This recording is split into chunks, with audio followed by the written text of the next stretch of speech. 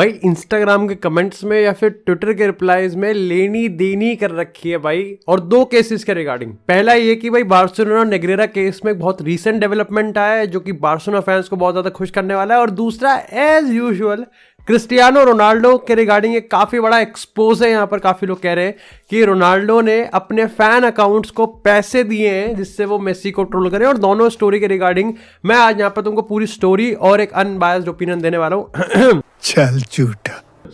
लेकिन इसी के साथ हम लोग बात करें कैसे भाई कल एथलेटिक बिल्बाओ ने यहाँ पर बार्सिलोना के पूरे अटैक और मोमेंटम को निस्तनाबूद कर दिया, और लेकिन फिर भी क्यों आज मैं जावी को ज्यादा गाली नहीं दूंगा। लेकिन सबसे पहले बात करते हैं यहाँ पर नेग्रेरा केस के रिगार्डिंग पूरा सिस्टम अब क्या है। अब देखो यहाँ पर काफी सारी चीजें और काफी कॉम्प्लेक्स है, क्योंकि अगर आप यहाँ पर देखो मेजोरिटी ऑफ द जो रिपोर्ट्स है वो लोकल रिपोर्ट्स हैं जो कि स्पेनिश लैंग्वेज में, और उसके बाद भी उसमें सब्सक्रिप्शन है। लेकिन अगर फिर भी आप ओपन सोर्स रिसर्च करोगे ना तो आपको इन्फॉर्मेशन निकलेगी कि यहाँ पर ठीक है जो मोटे मोटे तौर पे कि भाई यहाँ पर बार्सिलोना ने कुछ 15-16 साल में 8 मिलियन एक रेफरी को दिए हैं, और एलिगेशन ये है कि उस रेफरी ने इन पैसों के बदले एक स्पोर्टिंग एडवांटेज यहाँ पर बारसा को दिया है।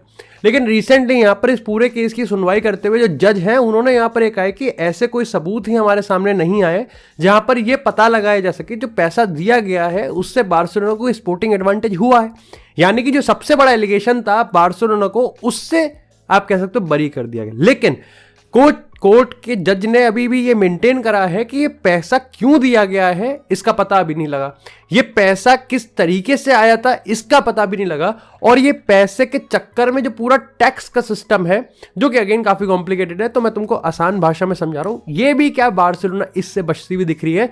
तो यस, अभी भी केस चालू है, पूरा केस यहां पर सॉल्व नहीं हुआ है, लेकिन हां जज का यह कहना कि आपके पास पर्याप्त प्रूफ ही नहीं है ये दिखाने के लिए कि बार्सिलोना को कोई एडवांटेज मिला है या नहीं, ये बहुत बड़ा रिलीफ है। और सही बता रहा हूं भाई, मैं जैसे रियल मैड्रिड फैंस की आने वाले टाइम में कुछ लेनी देनी होने वाली है, क्योंकि अल्मीरिया वाला गेम अभी भी कंट्रोवर्सी में आग पकड़ रखा है। अब बात करते हैं यहाँ पर कल के कोपा डेल रे मैच की। देखो इस मैच के लिए ना मैं पहले से ही था कि बार्सिलोना इस मैच में कोई बहुत बड़ा काम नहीं करने वाली। देखो इसके पीछे का रीजन ये था कि अगर आप सैन मेम्स की बात करोगे, एथलेटिक बिल्बाओ के होम की बात करोगे, वो बहुत ज़्यादा एनर्जेटिक है भाई। मतलब एक होता है कि सपोर्ट होता है, दूसरा होता है डरा देने वाला सपोर्ट होता है, वो डरा देने वाला सपोर्ट था। लेकिन फिर भी मैं ये कहूँगा कि 30 सेकंड के अंदर गोल खाना, मतलब ठीक है रियल मैड्रिड का आप भाईचारा दिखा रहे हो, लेकिन 30 सेकंड के अंदर गोल खाना बताता है कि कितना ज़्यादा एनर्जी, कितनी ज़्यादा यहाँ पर हाई प्रेसिंग और यहाँ पर एफिशिएंसी के साथ उन्होंने प्रेस किया था। लेकिन चीज़ें बद से बदतर बहुत हो सकती थी।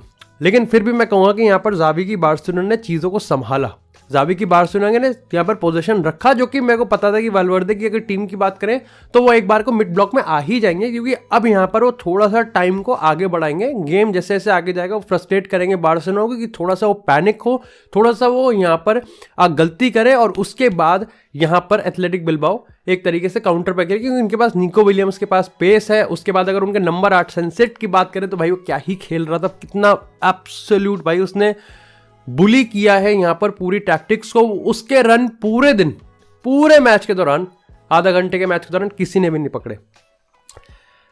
लेकिन यहाँ पर गोल आता है, और गोल बहुत बहुत बहुत वियर्ड गोल था लेवेंडोव्स्की का। लेकिन again Lewandowski, fox in the box, brutal, poacher, सारी चीज वो बयां कर सकता है, लेकिन बहुत अजीब सा गोल था। ऑफ कोर्स उसमें एथलेटिक बिल्बाओ की काफी बड़ी गलती थी, लेकिन फिर भी यहाँ पर गोल होता है और 1-1 से बार्सिलोना वापसी करती है।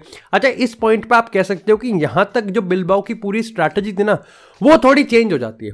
इसके पीछे का रीजन ये था कि देखो उनके पास पोजीशन भी ज्यादा था बार्सिलोना के पास, वो यहाँ पर डर भी नहीं रहते। धीरे धीरे जैसे जैसे गेम आगे बढ़ा अब उन पे जो डर था ना वो भी खत्म हो गया, और क्योंकि यहाँ पर गोल कंसीड कर लिया एथलेटिक ने तो सैन मेम्स का जो क्राउड था वो भी शांत हो गया। लेकिन इसके बाद आता है यहाँ पर लमीन यमाल का मास्टर क्लास, और भाई ये 16 साल का बहन के तो हम है भाई, ये गुरु है हमारे। 16 साल का ये लौंडा जो ऐसे ऐसे लहरता है जैसे मक्खन ये लहरता है भाई, ये ग्लाइड करता है, ड्रिबल करता है, ये डरता नहीं है, 1-on-1 में टेक ऑन करता है, he has a pace. Yes, जितना बेहतरीन ये गोल था, शायद से सेकंड हाफ भाई इस बंदे के लिए पर्टिकुलरली उतना ही अनलकी था। लेकिन एक चीज जो बहुत अच्छी लगी सेकंड हाफ में वो था कि भाई यहाँ पर एथलेटिक बिल्बाओ ने अब यहाँ पर सफोकेट करना वापस चालू किया और उनको पता था। देखो मैंने एल क्लासिको में भी यही बोला और बार्सिलोना के जिस भी क्रिटिकल मैचेस को हमने रिव्यू करा मैंने हमेशा से मेंटेन रखा है कि दोनों टीम्स में बार्सिलोना और ओपोनेंट में हमेशा से एक यहाँ पर फिटनेस लेवल का ग्राही है। ये तो पक्का ही रहा है, एक फिटनेस लेवल का रहा है। एथलेटिक बिल्बाओ ने सेकंड हाफ में सफोकेट करते रहे, वो हाई प्रेस करते रहे, वो टाइम नहीं देते थे। तो डियोंग की बात करें, गुंडोगन की बात करें, फिर पेड्री को तो खैर बाद में उन्होंने यहाँ पर रिप्लेस कर दिया था, लेकिन इस पूरे टाइम में यहाँ पर उनको टाइम ही नहीं दिया गया।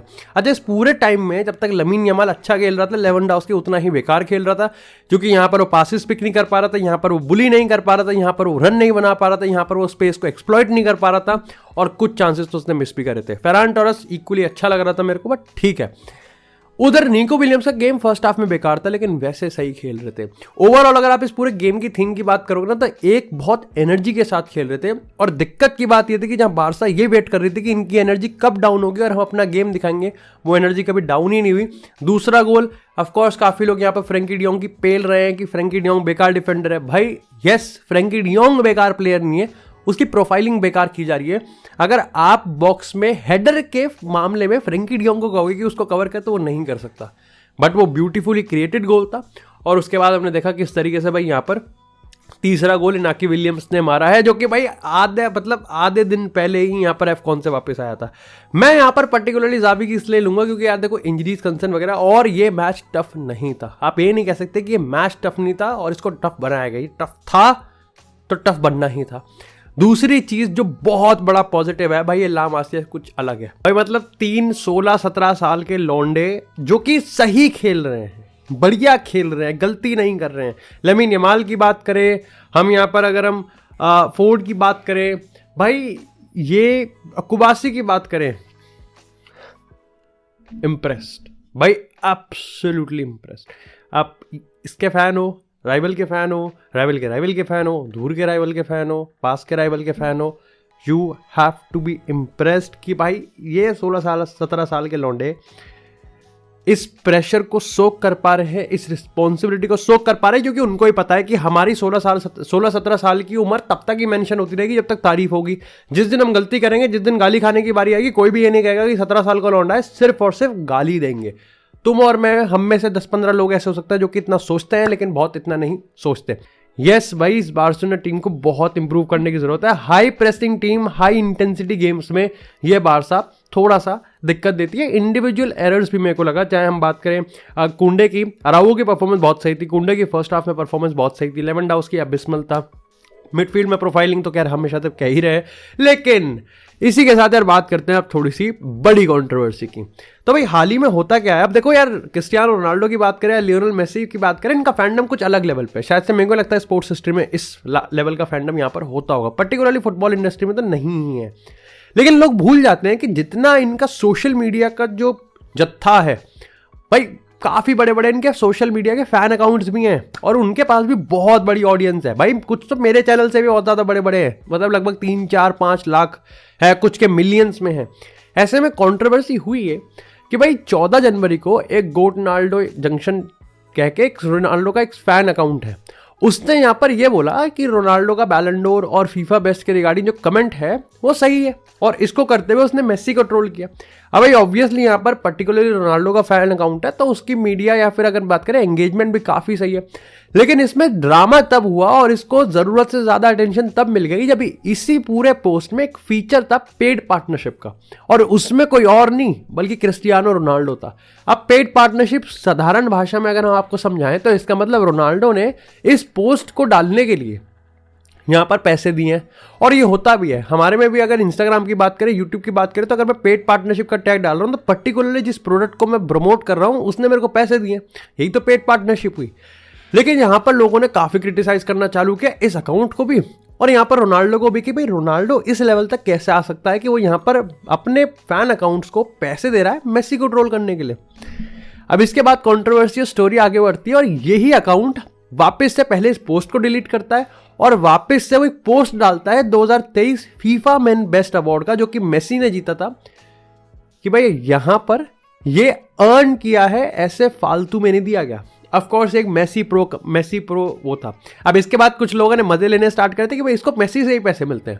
बाद में एक बहुत लेंदी सा एक कॉन्वर्जेशन, मतलब एक लेंदी सा मैसेज आया इस गोटनाल्डो अकाउंट से, और उन्होंने ये बताया कि यहाँ पर सबसे पहले तो रोनाल्डो का जो फीचर आ रहा था कि पेड पार्टनरशिप का, वो मैं किसी का भी डाल सकता हूँ। वो एक फीचर था जो कि मैं एलिजिबल हो गया था और अवेलेबल था। तो यहाँ पर मैंने वो ट्राई आउट करने के चक्कर में क्रिस्टियानो रोनाल्डो बहुत ही बेकार कवर अप किया। खैर आगे बढ़ते हैं। उसने कहा मेसी का पोस्ट मैंने इसलिए डाला जिससे मेरे को मेसी के फैंस का अटेंशन मिल जाए और मैं एक ही मैसेज में फिर सारे फैन बेसिस को यहाँ पर कवर कर दूं, यानी कि मेसी को पैसे नहीं मिले और मेसी के लिए कोई सद्भावना भी नहीं जगी। उन्होंने ये चीज़ कहा क्रिस्टियानो रोनाल्डो ने मेरे को कभी पैसे नहीं दिए। अब मैंने इसके रिगार्डिंग रिसर्च करी कि क्या फैन अकाउंट को पैसे मिलते हैं और फंडिंग मिलती कैसे। तो देखो यार, फुटबॉल के रिगार्डिंग तो मैं ज़्यादा डीप नहीं जा पाया, लेकिन मैं तुमको एक केस स्टडी बता रहा हूँ और इसको इनडायरेक्टली समझ लेना। बॉलीवुड में ऐसा होता है कि फैन अकाउंट्स बनते हैं और उनको फंडिंग मिलती है प्राइमरी सोर्स से, मतलब पैसे दिए जाते हैं, लेकिन इसका कहीं ये प्रूफ नहीं है कि उस पैसे से वो यहाँ पर उस फैन अकाउंट को ये कहते हैं कि किसी और को ट्रोल किया जाना चाहिए। वो ये कहते हैं कि आप बस अपनी बड़ाई करते रहे, हमारी तारीफ करते रहे। ये होता है, चाहे शाहरुख खान की बात करो, सलमान खान की बात करो, बॉलीवुड में केस स्टडीज बहुत पहले से होती हुई आ रही हैं। पापराजी वाला जो कल्चर है उससे तुम एग्जाम्पल सेट कर सकते हो। मेरे को ये चीज लगती है कि आई डोंट थिंक कि ये पर्टिकुलर पोस्ट के लिए क्रिस्टियानो रोनाल्डो ने इसको पैसे दिए होंगे। ऑब्वियसली नहीं हो सकता भाई, ये बहुत ज्यादा ऑब्वियस है। और मेरे को लगता है कि अगर इसको फंडिंग भी मिलती होगी, अगर मेसी के अकाउंट्स की बात करें या फिर नेमार के लिए, बहुत भाई आज के टाइम पे सबके सोशल मीडिया के फैन अकाउंट्स है। बस चार लपाटे का फैन अकाउंट है, सोचो, हम तो पैसे भी नहीं देते बल्कि ले और लेंगे उससे कॉपीराइट मार के। तो यहां पर मेरे को लगता है कि इतनी ऑब्वियस एरर तो कोई भी नहीं करेगा। हाउएवर अगर एक करा होगा तो ये बहुत बड़ा, मतलब एक तरीके से बहुत बड़ा एक अटैक होगा रोनाल्डो की सोशल मीडिया एजेंसी या फिर रोनाल्डो की पर्टिकुलर इमेज पे। मैं कवर नहीं कर रहा, मैं बस तुमको एक कॉमन सेंस का स्टोरी समझा रहा हूँ कि इतना ऑब्वियस एरर तो शायद से कोई नहीं करेगा। और वैसे भी यार, उसको अगर रोनाल्डो को पेलना हो, अगर रोनाल्डो को पेलना ही है किसी को, तो वो अपने फैन अकाउंट के थ्रू क्यों करेगा भाई? वो खुद के अकाउंट से करता है, छोटी मोटी चीज़ है ये मस्त चीज़ वो अपने अकाउंट से कर लेता है। अब वो पेलने बेल्ट मारने वाली बात वो अपने अकाउंट से करता है, वो सीधी बात।